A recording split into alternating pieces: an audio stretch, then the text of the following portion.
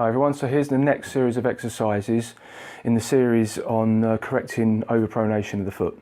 So for this one you're going to start down on the mat. This is just a basic hip extension move to get the glutes firing up. So engaging the core, keeping the spine nice and neutral.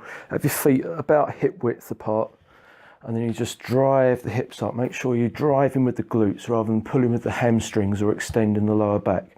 You drive up, and then you shift your hips from side to side, trying not to move the knees too much, trying not to rotate the pelvis. If that's easy, you can wrap a band or a belt around the knees so you get a little bit more engagement through the glutes as you're doing this. So the next exercise is a crab walk. So you just get a resistance band like this. Place your feet onto the band, cross the band over, come up, so slight bend of the knees, trying to keep the spine more or less straight, and then you just walk sideways. So you step from one side to the next, you just step across and then back, trying to keep your knees over the feet the whole time so that you're not letting the knees collapse in and then doing this. The strength that you have through the lateral aspects of the glutes will determine what level of resistance you want in the band. So this last exercise is the banded half squat. So stabilising on one leg, making sure the glutes are engaged because that's where most of the stability is coming from, but make sure that the core is switched on as well.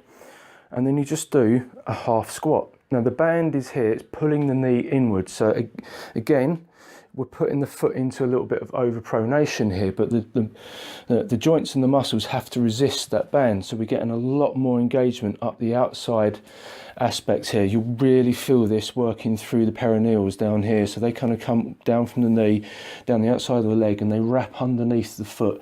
And you know, if these muscles are underdeveloped or underused, you're going to really feel it here. They're going to fatigue really quickly. So as I say, you do the squat, allow the knee to come in but not too much.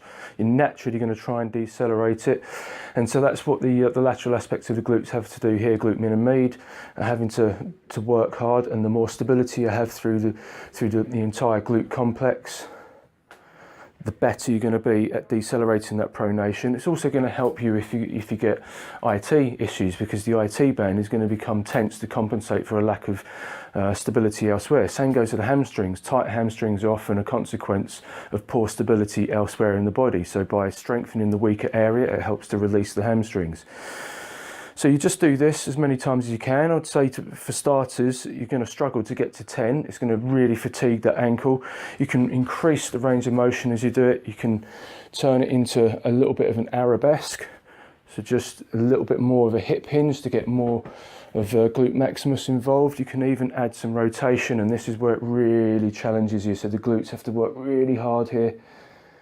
And just in those few reps there, I can really start to feel those perineals really heating up and fatiguing. So it's great exercise. So those three, in combination with the three mobility exercises I showed you in the previous video, are really going to help to improve the function of your ankle and all the muscles and joints up the kinetic chain.